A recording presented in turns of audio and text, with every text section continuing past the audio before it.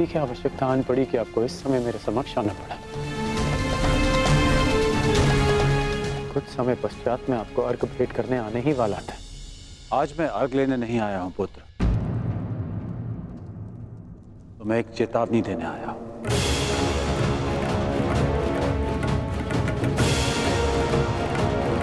और वो ये, तुम कल प्रातःकाल मुझे अर्घ भेंट करने मत आना। और यदि तुम मुझे अर्घ भेंट करने आए तो तुम अपना सर्वस्व खो बैठोगे।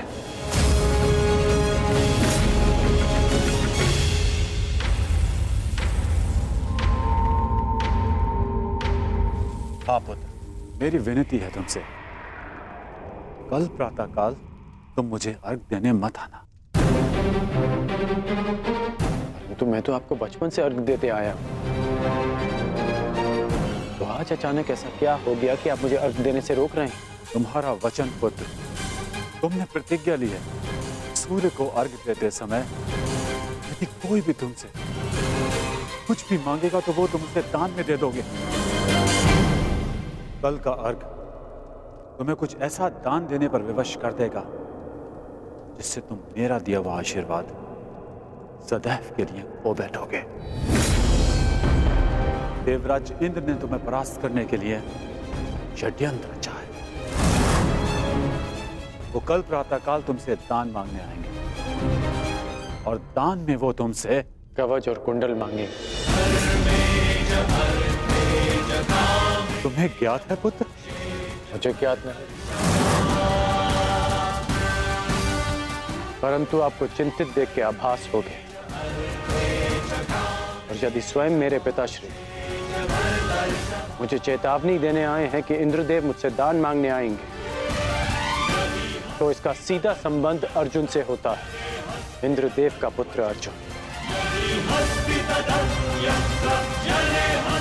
और उसमें कोई बुराई भी नहीं, क्योंकि हर पिता अपने पुत्र की भलाई चाहता है। यदि इतना समझते हो तो यह भी समझ लो पुत्र कि यह पिता भी यही चाहता है कि उसके पुत्र के साथ कोई अन्याय ना हो, कोई छल ना हो। मेरी विनती है तुमसे, कल प्रातःकाल मुझे अर्घ देने मत आना। पहले भी मैं तुम्हारे साथ बहुत अन्याय कर चुका हूं पुत्र, परंतु अब और अन्याय नहीं। कहो पुत्र, अपने पिता की बात मानोगे? कल प्रातःकाल अर्घ देने नहीं आओगे ना? मुझे उत्तर दो पुत्र, मुझे उत्तर दो। प्रश्न उत्तर का समय नहीं बचा है। मनुष्य का कर्म उसके हर प्रश्न और उत्तर से बड़ा होता है। और अब आपके कर्म का समय हो गया है। अंधकार में डूबे समस्त संसार को आपको प्रकाश देना है। आप अपना कर्म और धर्म निभाइए और मैं अपना कर्म और धर्म निभाऊंगा। बस आपसे एक प्रार्थना है कि अब ये अन्याय मत होने दीजिएगा कि संसार कहे कि कर्ण ने अपने जन्मदाता को अपना धर्म करने से रोक दिया।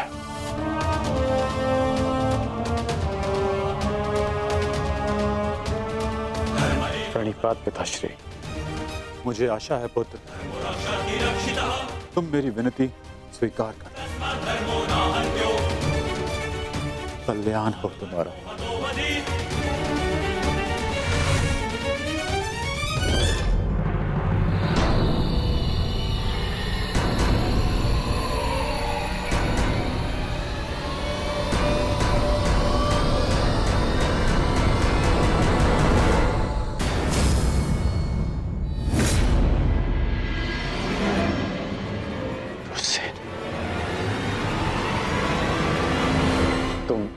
तुम यहाँ क्या कर रहे हो? मैंने सब सुन लिया।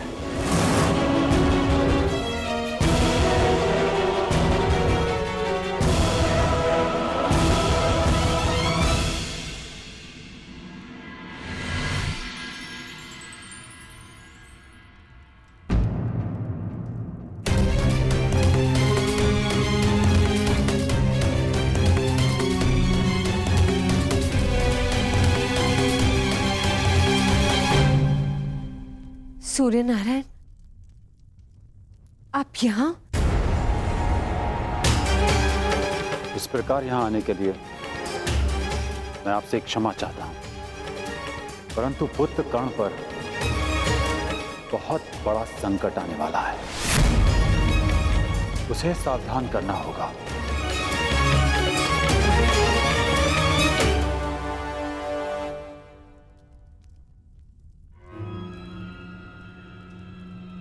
आप सूर्यपुत्र हैं, परंतु ये कैसे संभव है?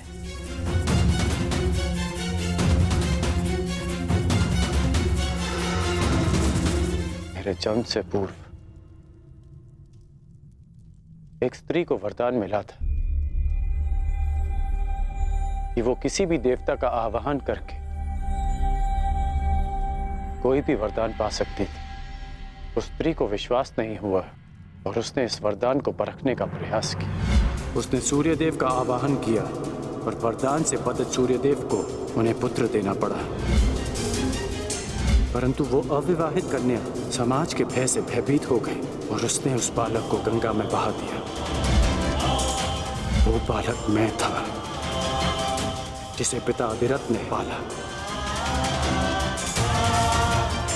सूर्यदेव के आशीर्वाद के रूप में मुझे कवच और कुंडल मिले, जो अब इंद्रदेव छीन लेना चाहते हैं अपने पुत्र अर्जुन के लिए। सूर्यदेव मुझे यही समझाने आए थे कि मैं इंद्रदेव को कल दान ना दूं। अर्थात आज आप अर्घ देने नहीं जा रहे?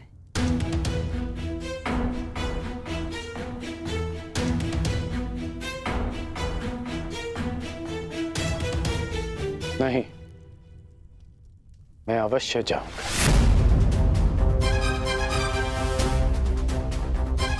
क्यों? मैं आपको ऐसा नहीं करने दूंगा।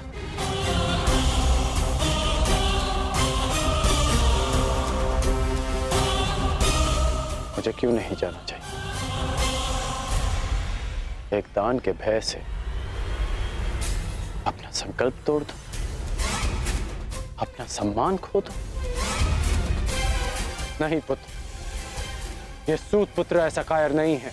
आप स्वयं के साथ ऐसा अन्याय कैसे होने दे सकते हैं पिताश्री?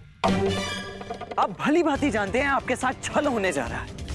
फिर भी वो सूर्यदेव जिन्होंने आपको अपना नाम कभी नहीं दिया, जिस पर आपका अधिकार था, वो सम्मान कभी नहीं दी, फिर भी आप उन सूर्यदेव के सम्मान के लिए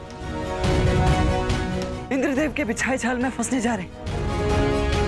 पिताश्री, ये कवच आपकी सबसे बड़ी सुरक्षा है और आप इसे इंद्रदेव को दान में दे देंगे। क्यों? केवल सूर्यपुत्र होने के सम्मान के लिए? नहीं,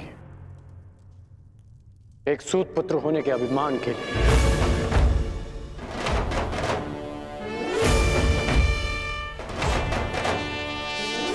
मैं आज भी एक सूत पुत्र हूं। एक सूत ने ही मुझे प्रेम दिया, सम्मान दिया, अधिकार दिया, आवश्यकता पड़ने पर धनुष दिया।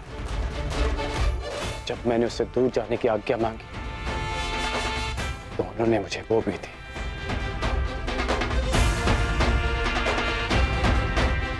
तुमने ठीक कहा पुत्र कि जिन सूर्यदेव ने मुझे मेरा नाम, मेरा सम्मान नहीं दिया, मैं उनके एक उपहार के लिए ऋणी क्यों रहूं? पुत्र, तुमने पूर्णतः अपने पिता को नहीं पहचाना। मैं अपनी सुरक्षा के लिए कवच और कुंडल पर निर्भर नहीं।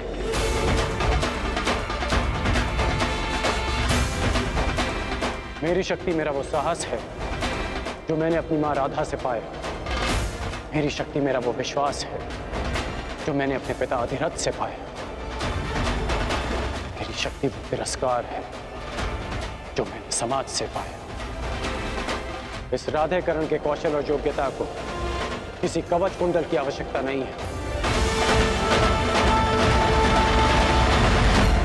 परंतु पिताश्री, ये सब अन्याय है। जो भी आपके साथ हो रहा है ये सब अन्याय है। कदाचित यह अन्याय है, परंतु कोई और अन्याय करे इसका अर्थ ये नहीं कि हम भी न्याय का पथ छोड़ दें। मैं अपना मार्ग चुन चुका हूं। यदि तुम्हारे मन में मेरे लिए कोई भी स्थान है, एक पिता के रूप में या एक योद्धा के रूप में, तुम इस रहस्य को रहस्य ही रखोगे। तुम्हें मेरी सौगंध है। वचन दो मुझे, पिताश्री। वो वचन दो मुझे वृषसेन।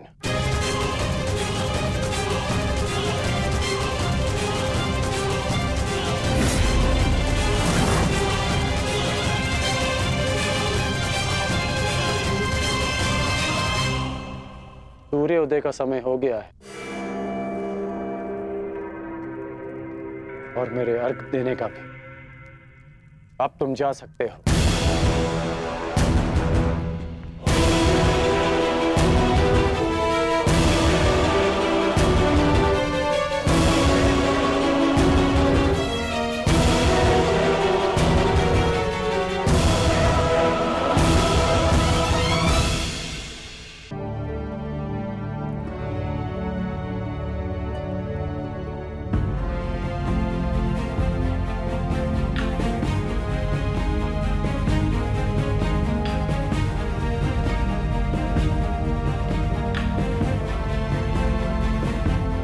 क्या हुआ माता? समय हो गया है, परंतु अभी तक सूर्यदेव उदित नहीं हुए। क्योंकि कदाचित ये उदय होने का उचित समय नहीं है पार्थ। मैं समझा नहीं माता। सूर्यदेव का उदित होना अनिवार्य है, प्रकृति का नियम है। भला इसके विरुद्ध कौन जा सकता है?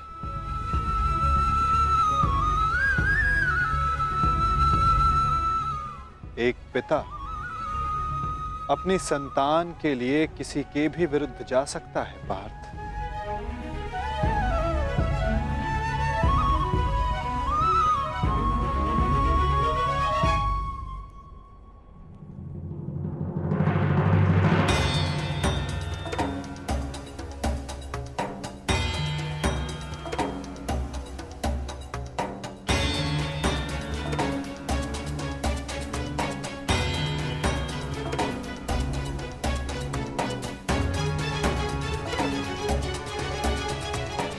प्राणिपात वासुदेव।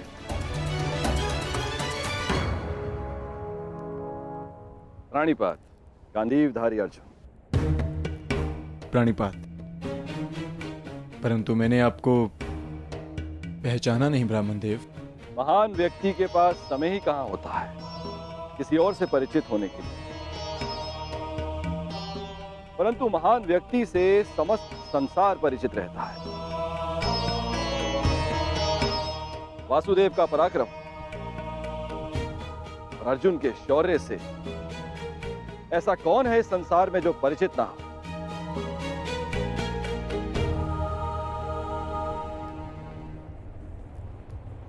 धन्यवाद।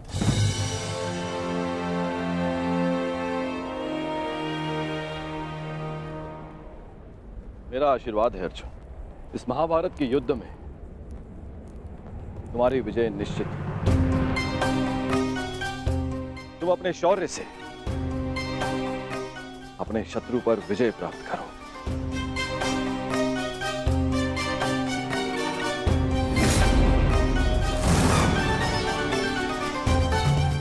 मैंने आपकी बात सुनी वासुदेव,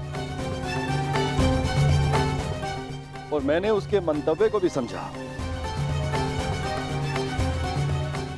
परंतु सूर्यदेव केवल एक पिता ही नहीं, वो इस समस्त संसार को ऊर्जा भी देते हैं। किसी भी स्थिति में उन्हें अपना कार्य पूर्ण करना ही होगा। सूर्य उदय होना अनिवार्य है, यह प्रकृति का नियम है। अवश्य, परंतु इन नियमों के बंधन में सभी आते हैं ब्राह्मण देव।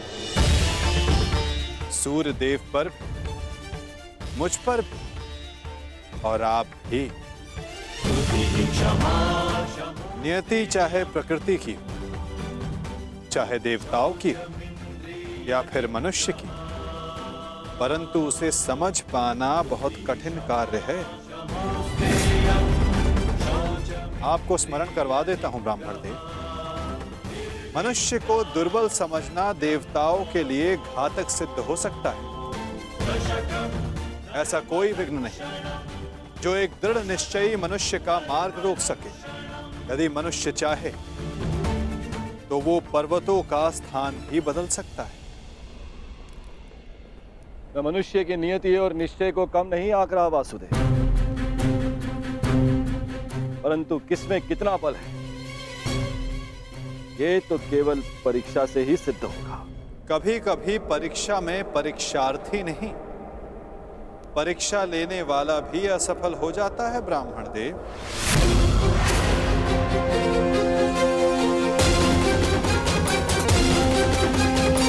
में परीक्षार्थी नहीं, परीक्षा लेने वाला भी असफल हो जाता है ब्राह्मण देव। फिर चाहे वो मनुष्य हो या देव। देवताओं का तो धर्म होता है ना वासुदेव, मनुष्य को सदैव नए नए अवसर देना।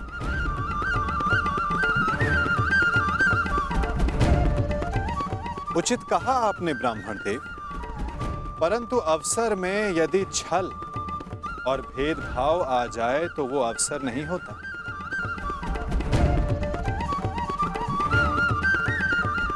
कदाचित आपको स्मरण तो हो गए, यदि धर्म और कर्म में पक्षपात आ जाए तो धर्म धर्म नहीं होता और ना कर्म कर्म रहता है। एक पिता का धर्म होता है सदैव अपने पुत्र के हित में देखना, और एक पिता के अंधे पुत्र प्रेम के कारण ही ये महाभारत हो रही है ब्राह्मण देव।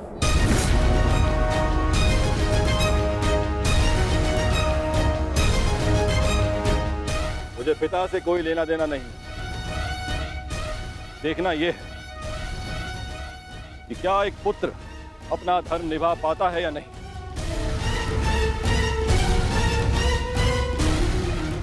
क्या एक पुत्र अपने पिता के सम्मान की रक्षा कर पाता है या नहीं।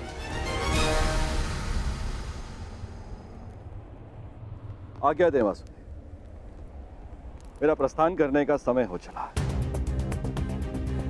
प्राणीपात।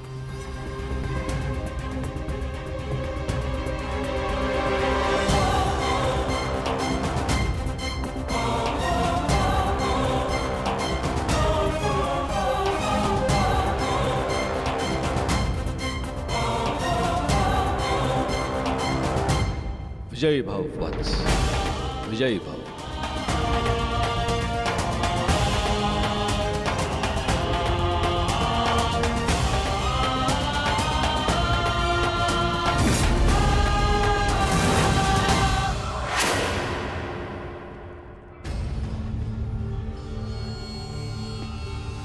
रुक जाइए पिताश्री।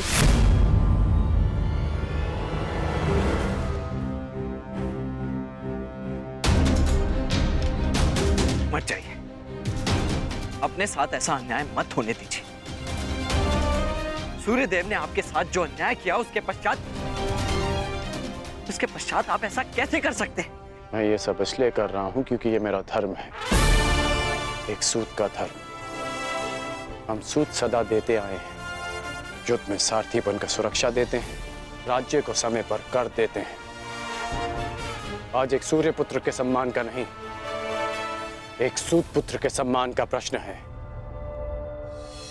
वो सूत पुत्र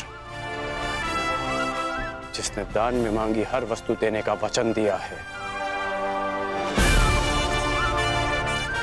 आज मुझसे कोई मेरे कवच और कुंडल क्या प्राण भी मांगेगा तो मैं दे दूंगा।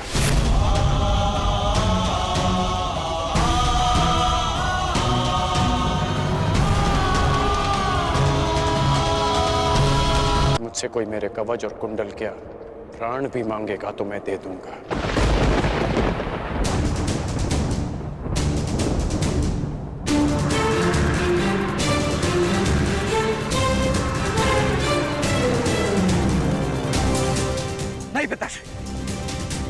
आपको ऐसा नहीं करने दूंगा, चाहे कुछ भी हो जाए। मेरे मार्ग से हटो, मेरे मार्ग से हटो और मुझे मेरा धर्म निभाने दो।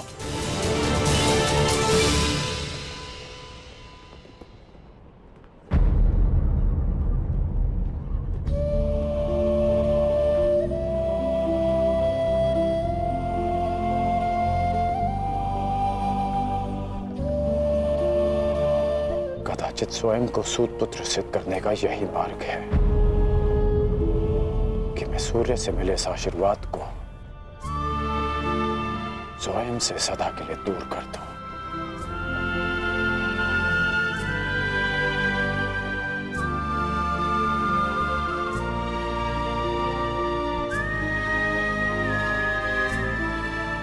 पिताश्री, परंतु सूर्य देव तो अभी तक उदित भी नहीं हुए। सूर्य देखे बिना उन्हें अर्घ कैसे देंगे पिताश्री?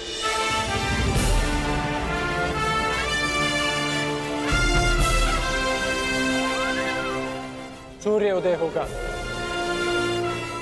और उनका प्रकाश पहले से अधिक तीव्र होगा, क्योंकि उस प्रकाश में उनके पश्चाताप और खेद की ज्वाला सम्मिलित होगी।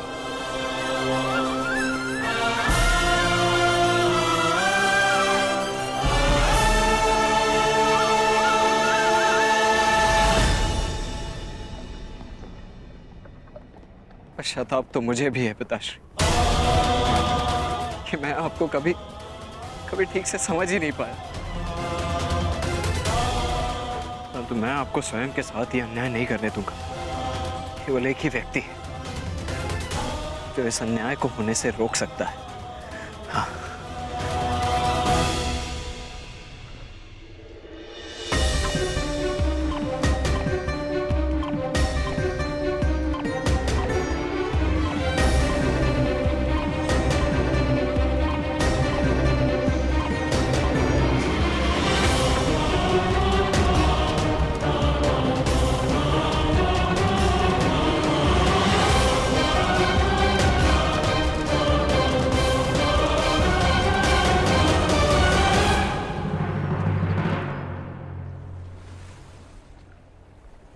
सूर्यदेव,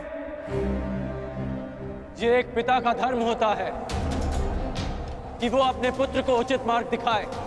क्या अब एक पुत्र अपने पिता को मार्ग दिखाएगा? अपने पुत्र मोह में अपने कर्तव्य से मुंह मत मोड़िए। प्रकट होइए सूर्यदेव, प्रकट होइए सूर्यदेव, प्रकट होइए सूर्यदेव, प्रकट होइए सूर्यदेव, प्रकट होइए सूर्यदेव।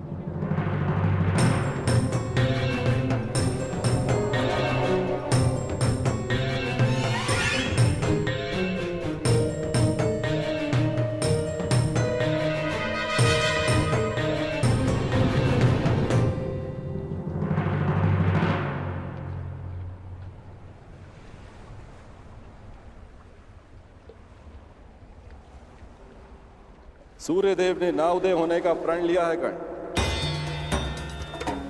सूर्य उदय की प्रतीक्षा कर कर अपना समय व्यर्थ कर रहे हो कर्ण। सूर्यदेव अपना उत्तरदायित्व भूल चुके हैं। प्रकृति निर्मोही है और उसका संबंध केवल अपने कर्तव्य से है, और स्वयं सूर्यदेव भी इस प्रकृति का महत्वपूर्ण भाग है।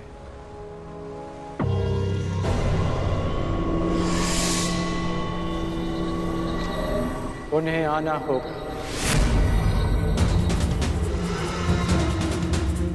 और आप जिस उद्देश्य से आए हैं, जिस दान की अपेक्षा से आए हैं, वो दान आपको अवश्य मिलेगा।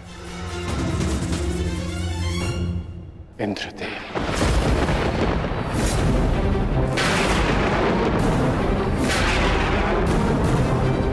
आपने एक भिक्षुक की मर्यादा का उल्लंघन किया है। अपने वास्तविक रूप में आइए इंद्रदेव।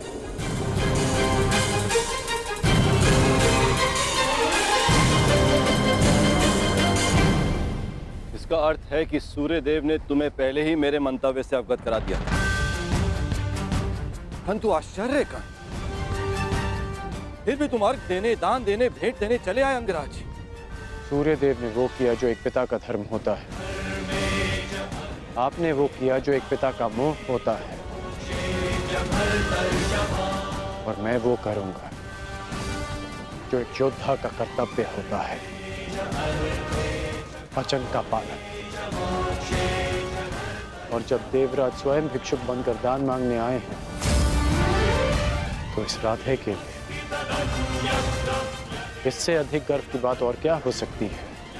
अद्भुत, बहुत अधिक आत्मविश्वास है तुम्हें तुमको, परंतु ज्ञात रहे, अति आत्मविश्वास नाश का कारण बन जाता है। विश्वास तो आप खो बैठे हैं कि जब तक मेरे पास कवच और कुंडल है, आपका पुत्र अर्जुन मुझे परास्त नहीं कर पाएगा। मेरे लिए यह गर्व की बात है कि अर्जुन मेरा सामना तब करेगा जब मेरे पास कोई सुरक्षा नहीं होगी। तभी मेरा वास्तविक कौशल उसके समक्ष आएगा। बहुत अहंकार है तुम्हें स्वयं पर अंगराज। भला मुझे किस बात का अहंकार होगा? कवच और कुंडल का? ये तो एक पुत्र को उसके पिता की ओर से एक सामान्य उपहार है। मेरा अभिमान, मेरा पराक्रम और कौशल है, जिसे अब आप भी देखेंगे और आपका पुत्र भी। मैं अपना कवच और कुंडल आपको प्रसन्नता से भेंट कर दूंगा, क्योंकि युद्ध में बने रहने के लिए मुझे इनकी आवश्यकता नहीं है। उसके लिए मेरा पराक्रम और मेरे गुरु का प्रशिक्षण ही पर्याप्त है। परंतु आपको दान लेने के लिए एक ब्राह्मण का रूप धारण करने की आवश्यकता नहीं थी। आपको देवराज होने की मर्यादा में रहना चाहिए था। मानता हूं कि मैंने पुत्र मोह में ऐसा किया, परंतु पुत्र मोह का अपराधी केवल मैं ही नहीं, कोई और भी है जो अपने कर्तव्य मार्ग से टिक रहा है। कदाचित तुम्हारे पिता आज उदय ना होकर तुम्हें दान नहीं करने देना चाहते। दान का वचन मेरा है, जिसे मैं पूर्ण करूंगा। और उदय होना सूर्य देव का धर्म है। जब पुत्र अपना कर्तव्य निभा रहा है, तो एक पिता को भी अपना धर्म निभाना होगा। सूर्य देव को उदित होना होगा।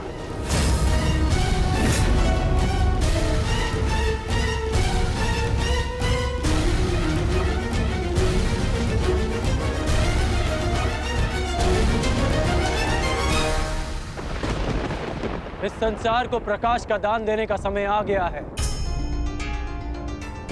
पिता वो होता है जो जीवन देता है। आप केवल कर्ण के पिता नहीं, इस जगत के पिता हैं। क्योंकि यह जगत आपके प्रकाश और ऊर्जा से जीवन पाता है। फिर आप ऐसा कैसे कर सकते हैं कि अपने एक पुत्र के हित के लिए अपनी सारी संतानों के प्रति आप अपना उत्तरदायित्व भूल जाएंगे? मैं जानता हूं कि आप केवल मेरी रक्षा करना चाहते हैं, परंतु स्मरण रहे सूर्यदेव कि एक श्रेष्ठ पिता वो नहीं होता जो अपने पुत्र के समक्ष ढाल बनकर खड़ा रहे, बल्कि एक श्रेष्ठ पिता वो होता है कि जो संसार के दिए घावों का सामना करने में अपने पुत्र को सक्षम बना।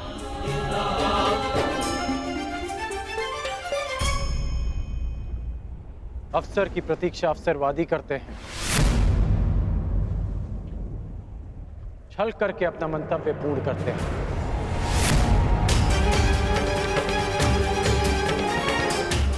परंतु वीर हर पल को अवसर बना देता है। जिस प्रकार सूर्य को छाया के लिए मेघों की आवश्यकता नहीं,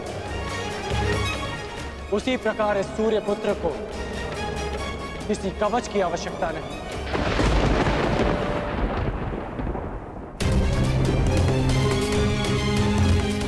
आपने अपना कर्म किया, अब मुझे मेरा धर्म निभाने दीजिए।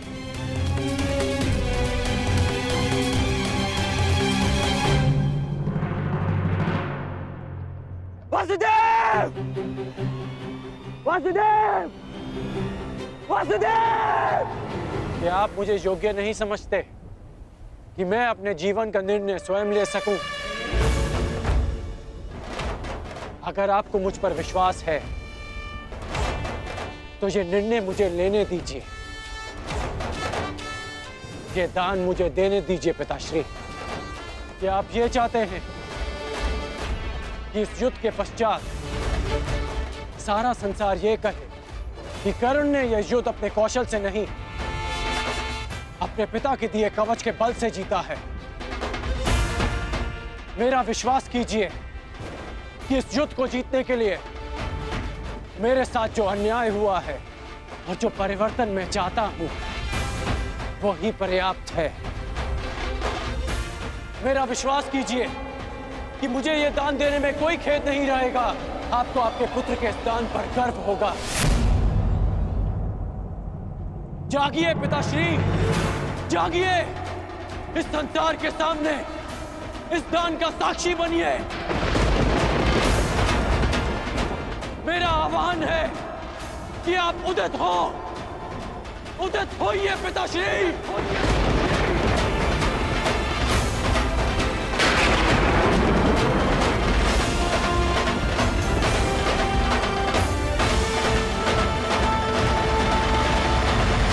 मेरा आह्वान है कि आप उदित हो, उदित होइए पिताश्री।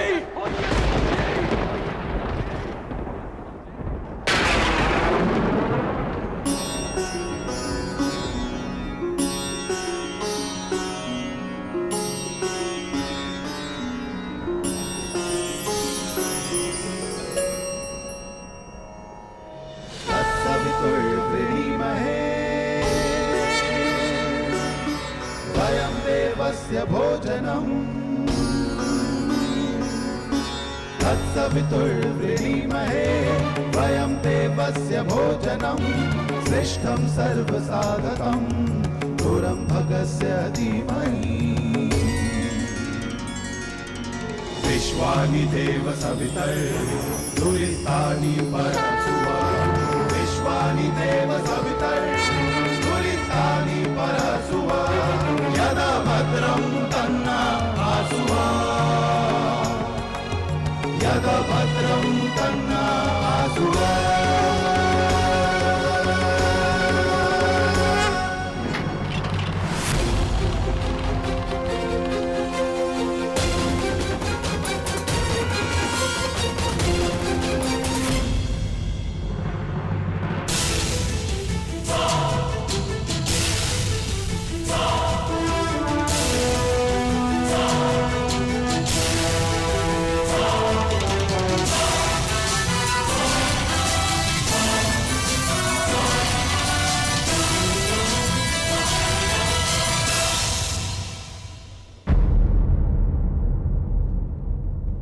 वासुदेव!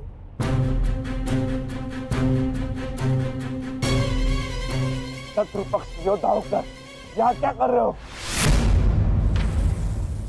मैं तुम्हें अभी यहीं समाप्त कर दूंगा।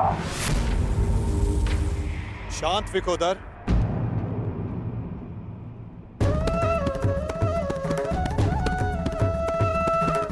अभी युद्ध प्रारंभ नहीं हुआ है और ना ही तुम्हें भान हुआ है कि मित्र कौन है और शत्रु कौन।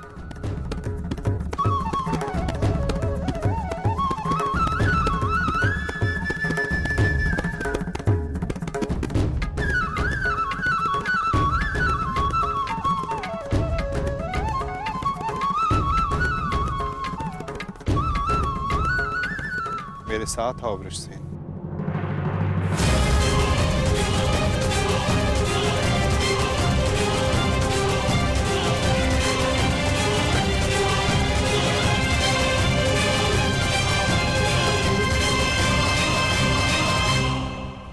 कीजिए वासुदेव, मेरे पिताश्री। मुझे सब ज्ञात है वत्स।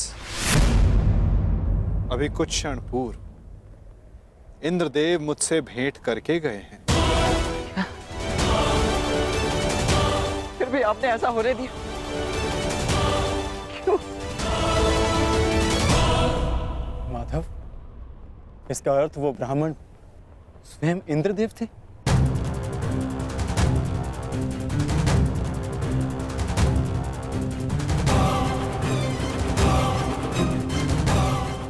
नहीं, वो देवता नहीं, केवल एक पिता थे, इसीलिए देव होकर भी वो कर्म करने जा रहे हैं जो राक्षसों को भी शोभा नहीं देता। परंतु आप कुछ कीजिए वासुदेव। इंद्रदेव आज मेरे पिताश्री से दान में उनके कवच और कुंडल मांगने वाले।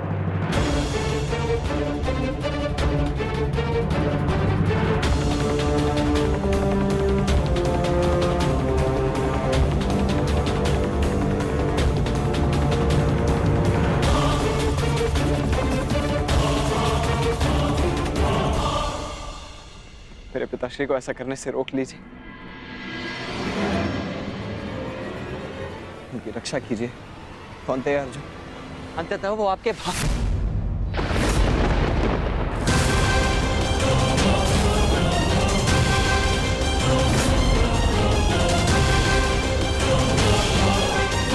और एकमात्र प्रतिद्वंदी। क्या कवच छीनकर उनसे युद्ध जीतना चाहते हैं आप?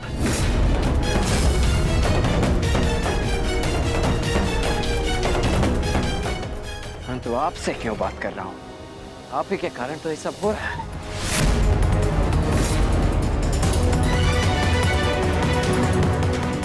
मैं भूल कैसे गया कि इंद्रदेव स्वयं आपके पिता हैं।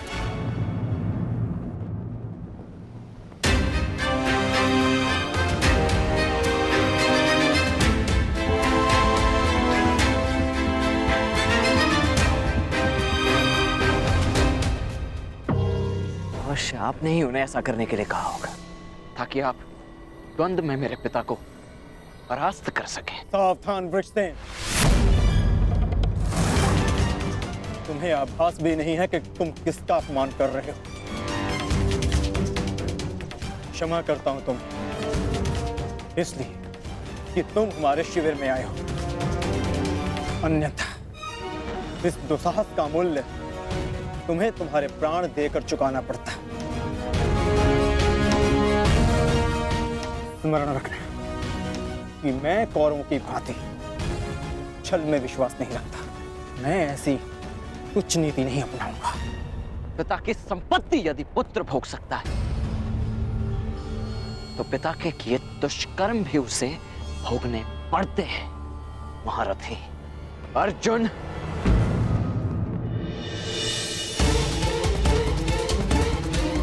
ये उचित नहीं हो रहा है माता। देवराज को ऐसा नहीं करना चाहिए था। मुझे इसी क्षण पिताश्री को रोकना होगा।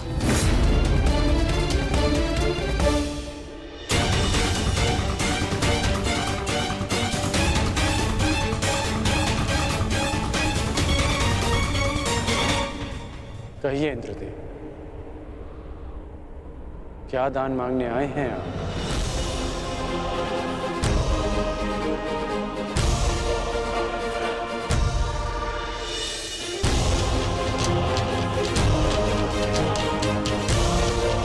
क्या हुआ?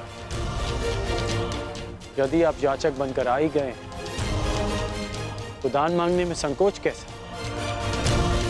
कहिए, क्या इच्छा है आपकी?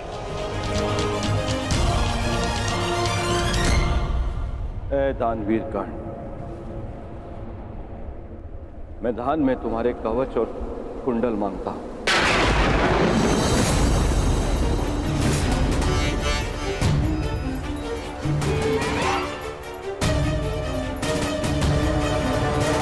जो आज्ञा इंद्रदेव। आपने मुझसे दान नहीं मांगा, बल्कि मुझ पर उपकार किया। एक सूत पुत्र के पास स्वर्ण कवच रहने का क्या लाभ?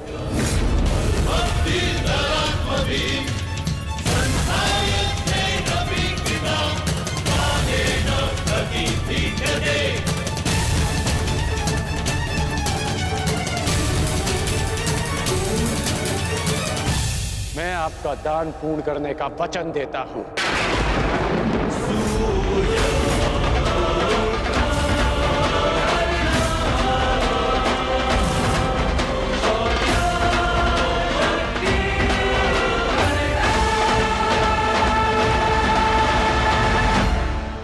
जय दानवीर कर्ण।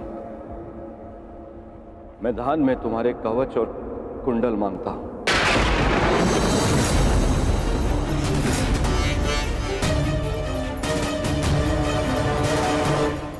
जो आज्ञा इंद्रदेव। आपने मुझसे दान नहीं मांगा, बल्कि मुझ पर उपकार किया है। एक सूत पुत्र के पास स्वर्ण कवच रहने का क्या लाभ?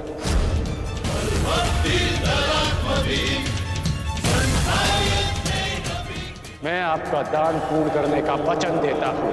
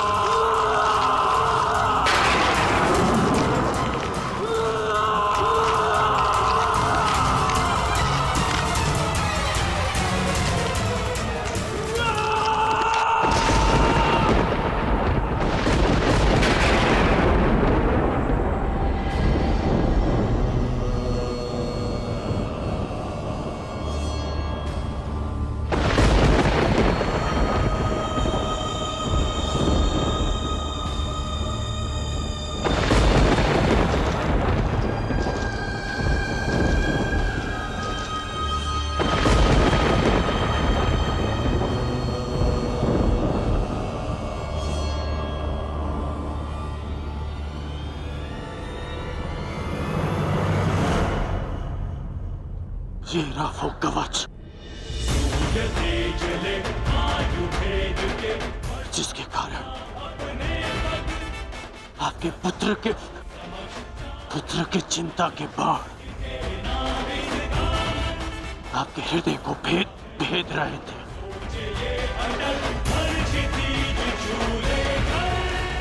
दान स्वीकारिए इंद्रदेव।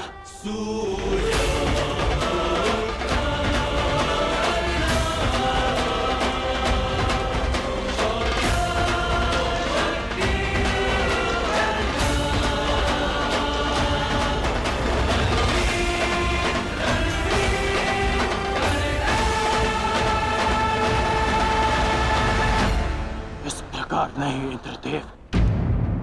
तो किस प्रकार पुत्र? दान स्वीकारने के लिए अपने वास्तविक रूप में आइए इंद्रदेव।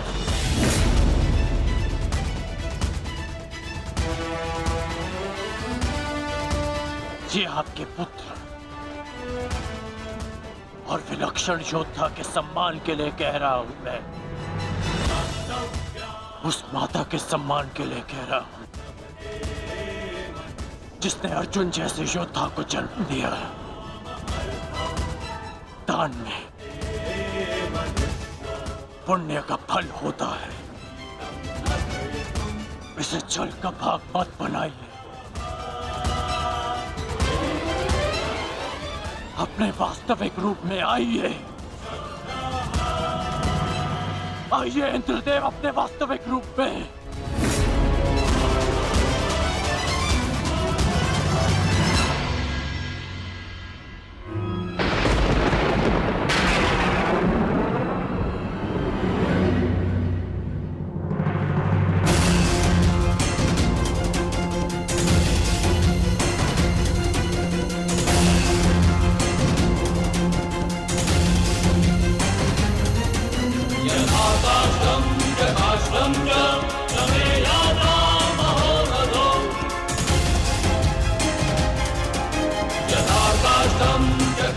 कवच ग्रहण कीजिए इंद्रदेव।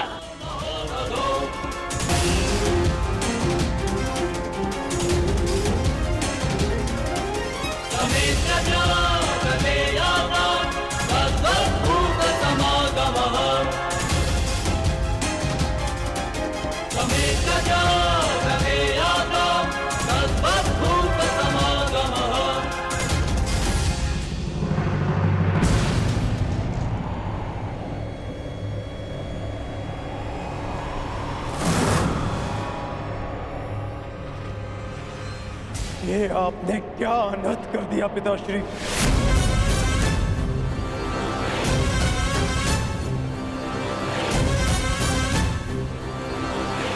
क्यों? क्या आवश्यकता थी आपको इसकी, जो आपने कर्ण से उसका कवच कुंडल छीन लिया?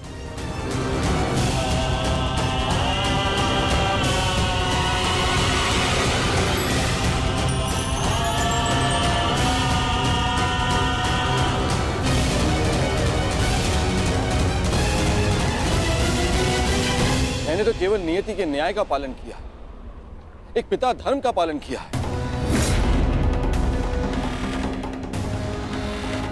ये किस प्रकार का पिता का धर्म है पिताश्री?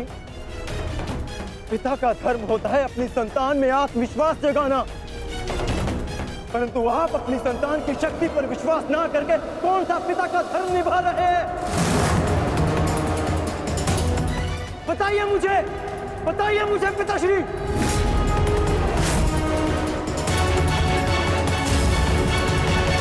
अर्जुन, मैं तो केवल तुम दोनों के बीच होने वाले युद्ध में शक्ति का संतुलन बना रहा था।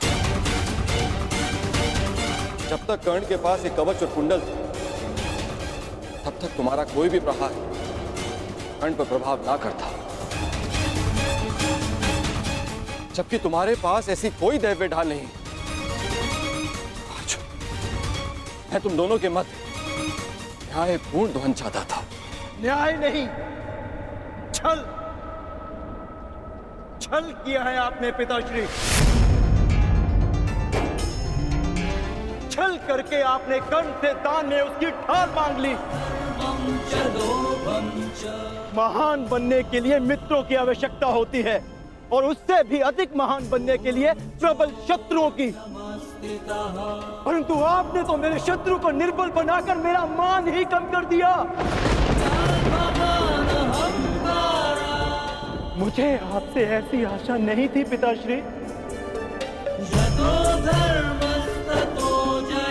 पहले एकलव्य के साथ अन्याय, उसका अंगूठा छीन कर उसे भान संधान करने के लायक नहीं छोड़ा आचार्य द्रोण ने,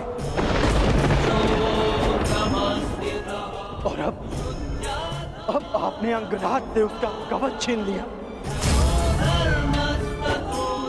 क्यों? क्या आपको मेरी शक्ति पर इतना भी विश्वास नहीं था जो आपने इतना बड़ा छल किया पिताश्री?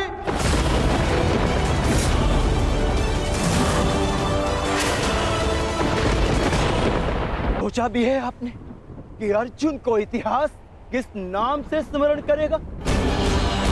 कि उसने उन योद्धाओं को परास्त किया जो उससे कम शक्तिशाली थे, कि समान कौशल रखने वालों के साथ छल किया उसने। मैंने इस महायुद्ध में कर्ण को परास्त करने का वचन दिया था, परंतु मेरे लिए मेरी सबसे बड़ी विजय को आपने छल से रचा हुआ प्रारब्ध बना दिया पिताश्री। और यदि अब मुझे विजय मिली तो भी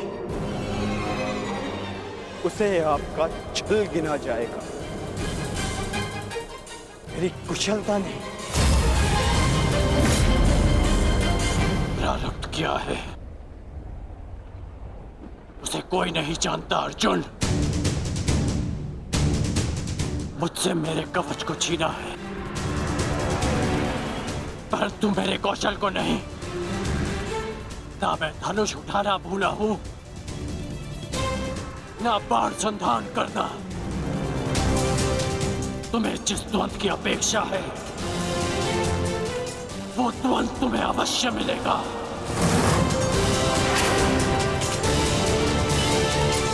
स्मरण रखिएगा पिताश्री, ना मैं कभी इस छल के बोझ से मुक्त हो पाऊंगा और ना ही कभी आप इस अपराध बोझ से।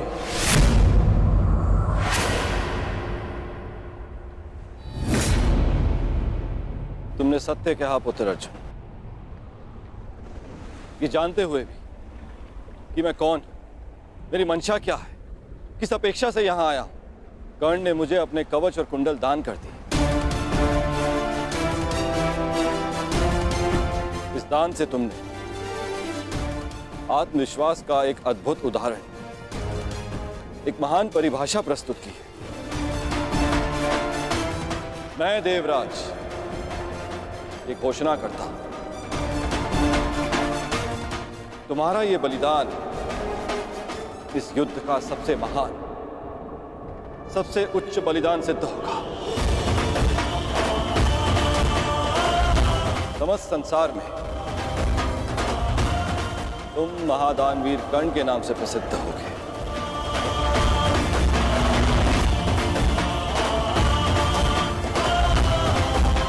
परंतु तुम्हारे इस दान का बोझ बहुत भारी है। इस बोझ के भार के कारण मैं स्वयं से दृष्टि नहीं मिला पा रहा हूं कर्ण।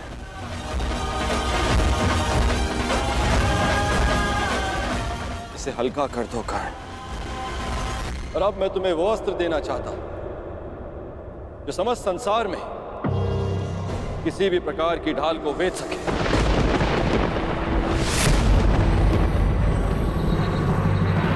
आप मेरे दान का उपहास उड़ा रहे हैं इंद्रदेव। ये एक दान था, कोई व्यापार नहीं। यदि आप कवच कुंडल के स्थान पर मेरे प्राण भी मांगते तो मैं प्रसन्नता से दे देता। मैं एक सूत पुत्र हूं और मेरे पिता ने मुझे सदा देना सिखाया है, लेना नहीं।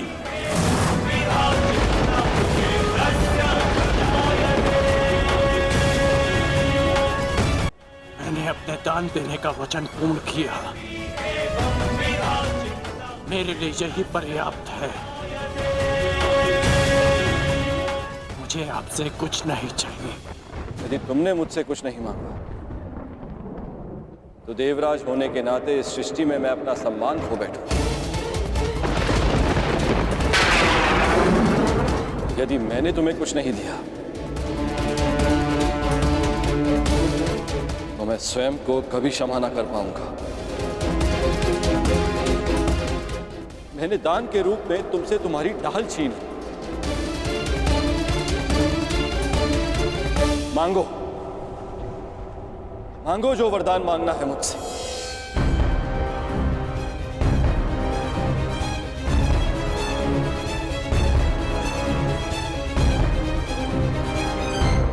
मांगो कर्ण। मैं आपका सम्मान रखने के लिए ये अस्त्र स्वीकार करता हूं, जो किसी भी ढाल को भेद सके, जिसे जब भी मैं अपने शत्रु का नाम लेके प्रयोग करूं तो उसका अंत निश्चित हो।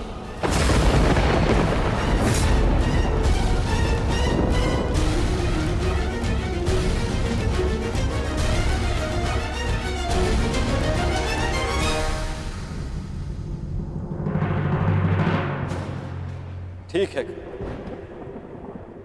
मैं तुम्हें अपनी अमोघ वास्तविक शक्ति प्रदान करता हूं।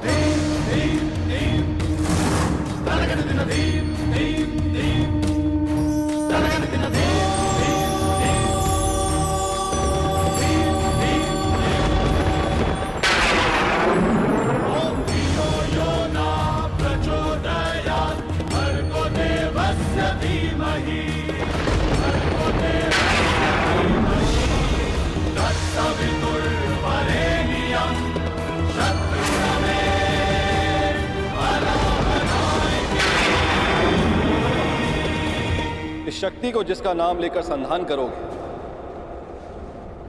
वो अवश्य मृत्यु को प्राप्त होगा, किंतु स्मरण रहे, इस शक्ति का प्रयोग तुम केवल एक ही बार कर पाओगे। मेरा मान रखने के लिए तुम्हारा धन्यवाद है दानवीर कर्ण।